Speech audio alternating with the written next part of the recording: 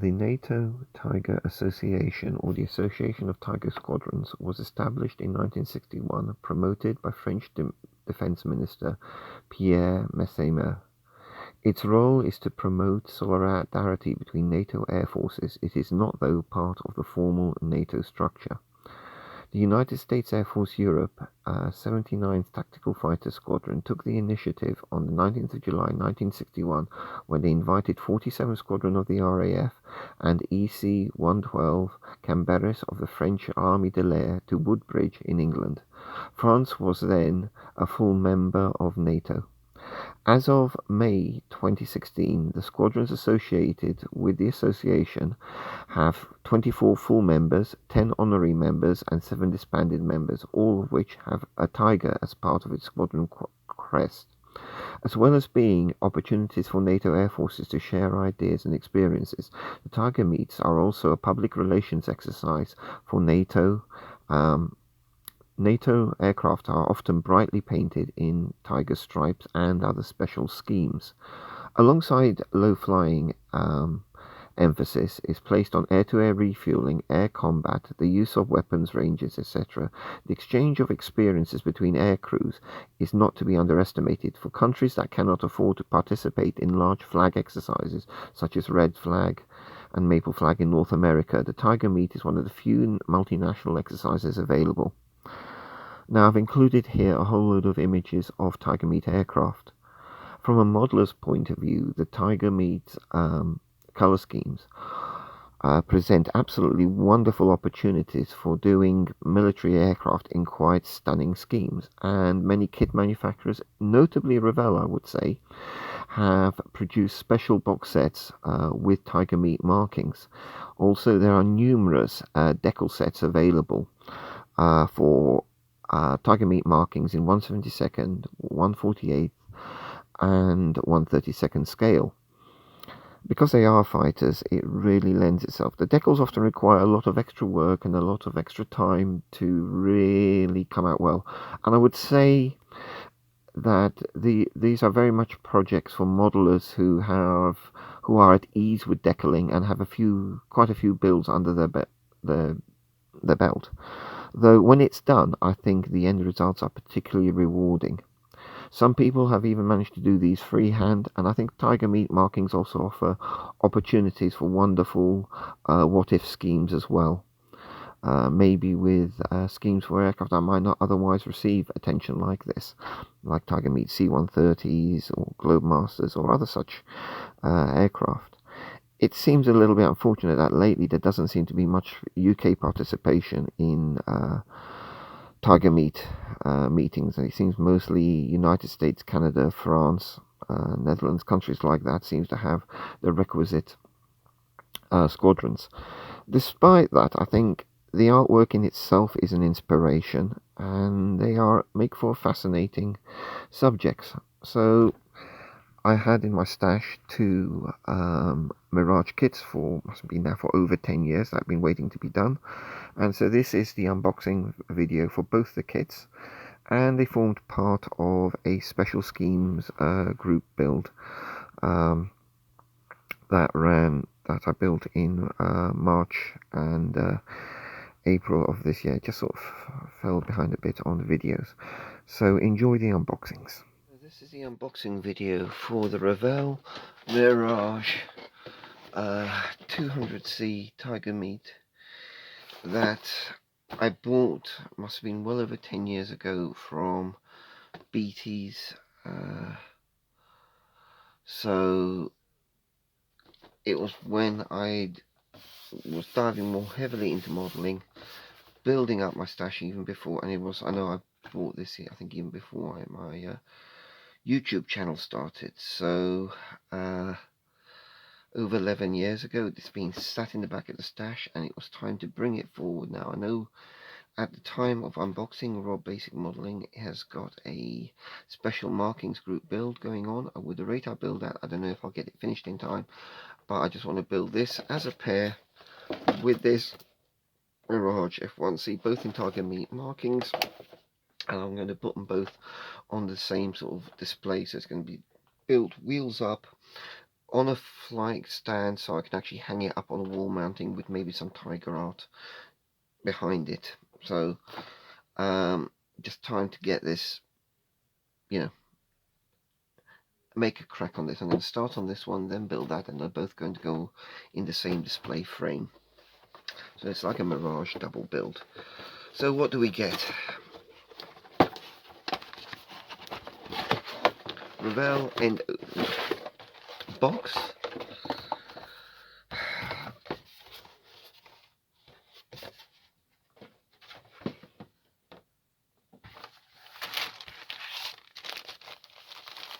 And I don't even know if I've ever actually opened this. All these years I've had it, and I don't think I may not have actually opened this. Good grief.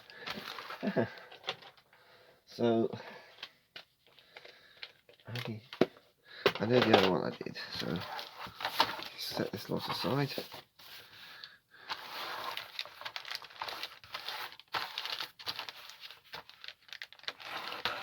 Let's see what we have.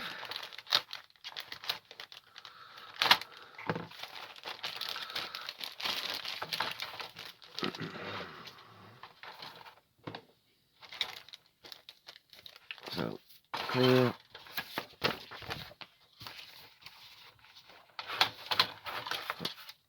We'll start with the instructions, as most unboxing videos seem to do so. So, let's look at these instructions. Unstapled booklet, the usual initial info that everybody is supposed to have, background info, that stuff. So what do we have? Sprue call out. Construction, as always, let us guess, it starts in the cockpit. You have a reasonable little cockpit tub assembly, simple enough seat, some radio gear or other gear located behind the seat, instructions for nose wheel, and it's yes, so very simple start on this. Jet pipe and front coving going on, then the lower wings, upper wings, intakes, usual Revell instructions. I don't think they're that bad actually. The nice line drawings, I don't think excessively difficult to follow. Not full depth wheel wells, as it does appear with its undercarriage that it would open and reclose, so they've not done the full extent wheel wells. Okay, fair enough. Certainly not weighted wheels by the looks of it, and a fairly minimalist assortment of ordnance. It's not giving you huge range. Well, you've got some options as to how much you want to dangle off it. So you've got the Durandal anti-runway bombs, you've got anti-shipping missiles, and an air-to-air. Okay, I stand corrected. You have got a few options as to what you're going to hang off it. Doesn't seem to be any laser-guided bombs. So you're really talking about a couple of air-to-air or ground attack modes. I'm probably going to do it with a pair of drop tacks and a pair of heat seekers dangling off it, off 4 pylons. And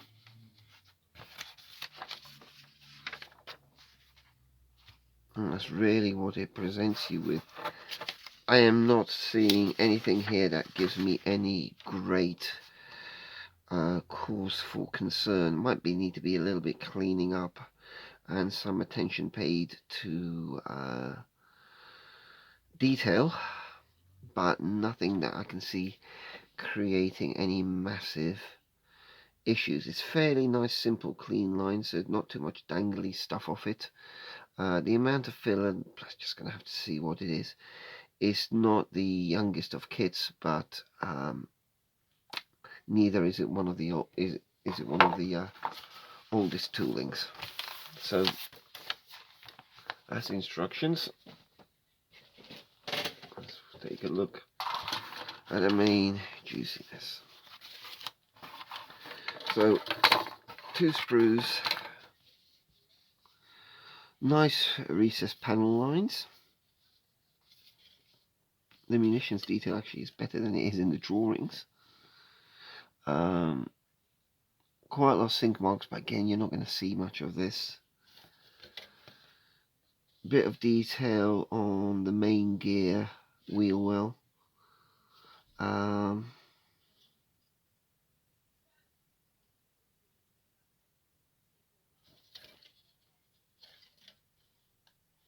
I'm not seeing.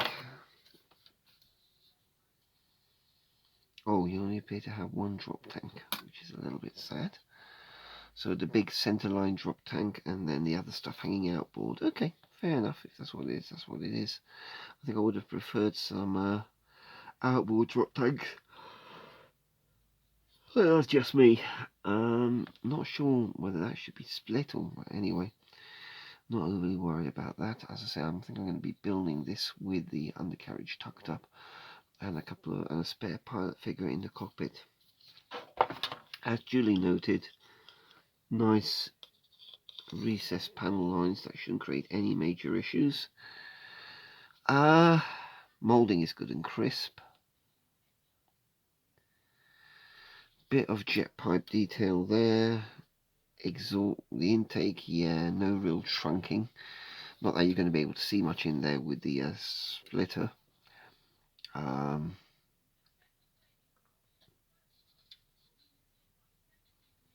Care might have to be taken if you're building it with undercarriage base closed, that they actually fit snugly against things, because that's quite thick there. And I think if you're building your wheels down, there's quite a lot of cleaning up to do on this in places, but no particular amount of flash. One thing I'm not biggest fan of is all these molded on aerials. This kind of thing, too easy to get that knocked off during assembly, especially when you're filling and sanding. It really gets in the way, so I'm not the biggest fan of molded on aerials.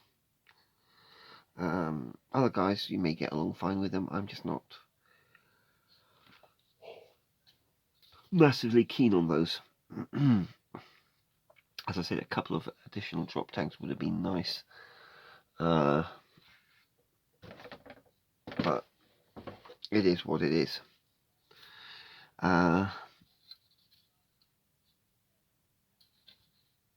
Cockpit detail seems quite adequate for what it is. There's going to be a pilot going in there. I'm not going to be displaying it with a canopy open, so that's going to be filled quite well. I'm not seeing anything there that's given me cause for concern or wide expressions. I'm thinking, oh, how the heck am I going to cope with that? I'm not going to unbag this. You can see a little 2-piece cockpit that does lend itself to being displayed open. Looks like a reasonable frame lines, so it shouldn't create too much of an issue with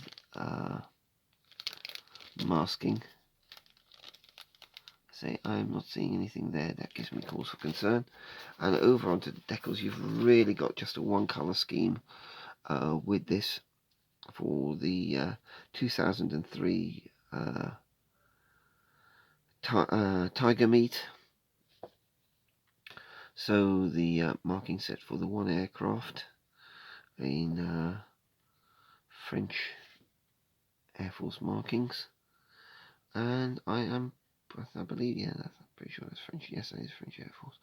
I'm perfectly happy with what I am seeing there.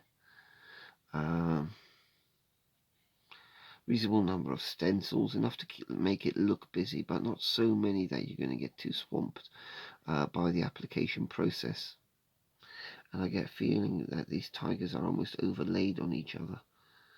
The key thing is going to be this one, where it sits on the fuselage. So I'm not on the fuselage and then running up the back of it. That decal I can see as creating the main challenge. So not too overdone as as target meet markings go. Not like the whole thing is wrapped in tiger stripes and that kind of stuff. More like an operational mark aircraft that's had a little bit of extra detail applied to it. So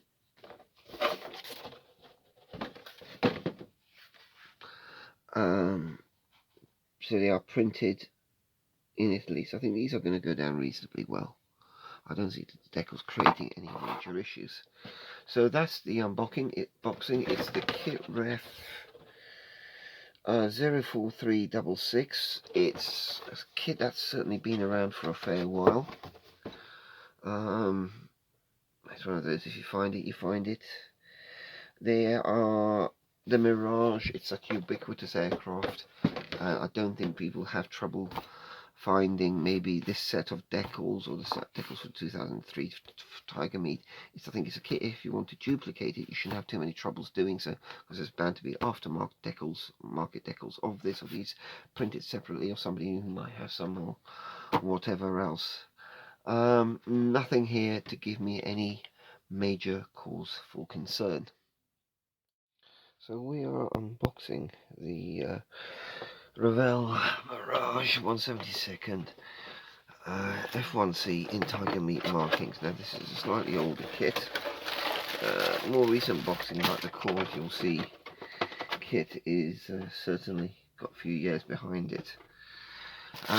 So let's start with the instructions.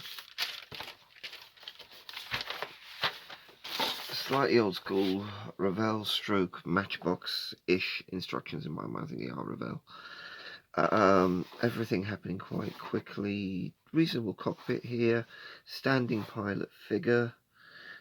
Shame no actual pilot figure in the cockpit as an option. A very basic construction. No forward wheel well as such. No internal trunking to be visible. So this is one of those where the fuselage halves come together very quickly. Similar construction to the air intake as the Mirage 2000. A lot of it is pretty much all happens in the first 6 steps, which are very close. Bearing in mind, one of them has no assembly action whatsoever. It's just how to paint up a pilot. Then it's on to fitting the undercarriage. Again, this is going to be made wheels up, all nicely closed up. And I'll have to use a spare figure for an internal pilot. And that then hang on the ordnance. So not too much going on here. Not too exciting, all fairly standard. And then on with the painting. A fairly basic two-tone scheme with yellow for the fins where you want to put the tiger decals. So 2 shades of blue and upper on the lower surface, and a matte black for the rotor bone, and also a second scheme as well. So rather nice one, I think, but I'm doing the Tiger Meet ones in this case. So nothing too much going on here. When we look at this, I have to say these sprues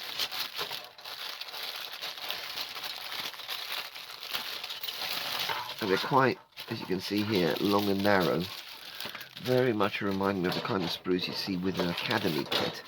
Now I don't know whether this would be an academy kit or has its background with it, but because the nature of it just seems to me academy-ish, and there's nothing that's been ground out on the inside. That this could be an old matchbox, so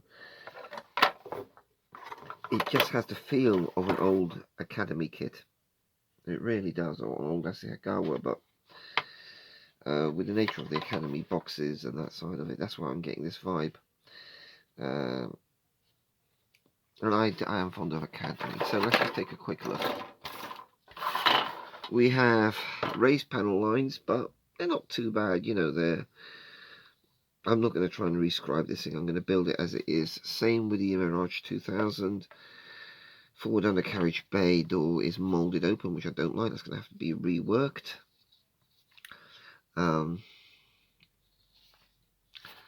The partially opened main gear bay and the air brake bay as well. Those are all going to be model closed up. I'm not messing about too much with that. Pre-molded pitot tube, which is asking to be broken off during the assembly process. Nice touch of the standing pile, but why can't we have a seated one? And nice touch of the access ladder. Again, this is something that will not be used. This aircraft is going to be painted fairly clean, so there's not going to be heavy weathering on panel lines and stuff like that. Next sprue is quite pleasant actually. Again, nothing too remarkable about it. Mixture of recessed and raised panel lines.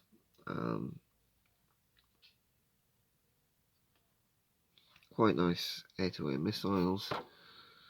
Basic ejector seat. No straps on it. And the third sprue, again, a few more of the detailed parts. The reasonable jet pipe. Nothing that's going to give any great cause for concern. So I'm happy enough with this. As I say, I'm not going to try to rescribe the markings. What I do like though is that they've included the recess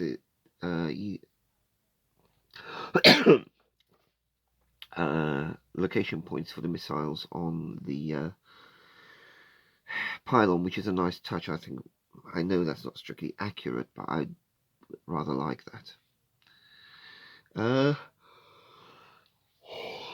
Unfortunately, no wing fuel tanks, but there is a centerline one. So I am not seeing this creating any major issues. The main problem you're going to have is with the fuselage seam and raised detail. So you're just going to lose so much during this sanding process. That's pretty inevitable with this. Again, combined drop tank and pylon. But in this case, the drop tank fins are attached externally and not slide fits like on the other one. And a simple enough cockpit tub, which is dependent upon a instrument panel decal. So there we have it. Nothing too surprising, remarkable, or will give any cause for concern. The decals.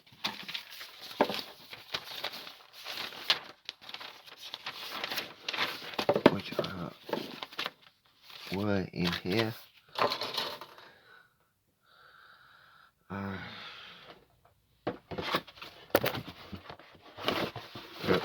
we go.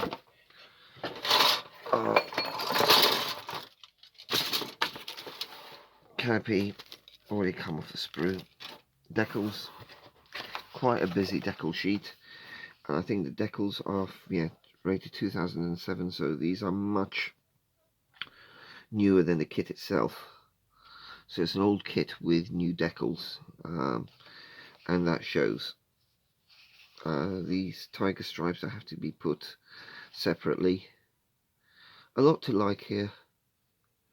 A lot of stencils. What percentage of them I'll use is another matter, but I think they're quite decent. Again, it's going to take a lot of cutting around. To get the best out of to get these off.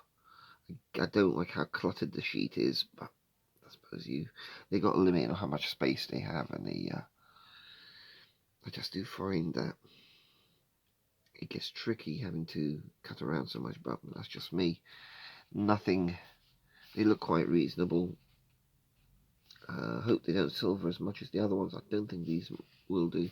Well, we might get a fair bit of silver in here, but how that shows up on a yellow background will be another matter.